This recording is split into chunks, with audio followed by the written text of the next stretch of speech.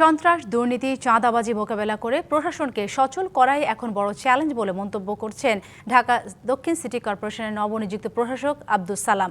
দুপুরে শহীদ রাষ্ট্রপতি জিয়াউর রহমান ও সাবেক প্রধানমন্ত্রী খালেদা জিয়ার সমাধিতে শ্রদ্ধা নিবেদন শেষে সাংবাদিকদের কাছে এই মন্তব্য করেন তিনি আরও বলেন, ঢাকা শহরে মশার উপদ্রব নিয়ন্ত্রণ সহ বিভিন্ন সমস্যা চিহ্নিত করে আগামী 6 মাসের মধ্যে সমাধানের চেষ্টা করা হবে। শহীদ রাষ্ট্রপতি জিয়াউর রহমান ও সাবেক প্রধানমন্ত্রী খালেদা জিয়ার সমাধিতে দক্ষিণ সিটির প্রশাসকের শ্রদ্ধা নিবেদনের পর শ্রদ্ধা জানান ঢাকা উত্তর সিটি কর্পোরেশনের প্রশাসক মোহাম্মদ শফিকুল ইসলাম খান মিল্টন। এছাড়াও শ্রদ্ধা জানান নবনিযুক্ত প্রশাসক খুলনা সিটির নজরুল ইসলাম মঞ্জু, সিলেটের আব্দুল কাইয়ুম চৌধুরী, নারায়ণগঞ্জ সিটির সাখাওয়াত হোসেন খান ও গাজীপুর সিটির শওকত হোসেন সরকার।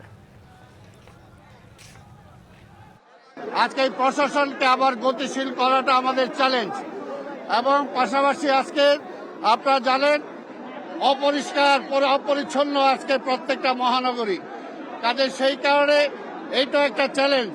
এই সমস্ত সমস্যাগুলো সমাধান করার জন্য আমরা মেয়ররা শপথ নিয়েছি।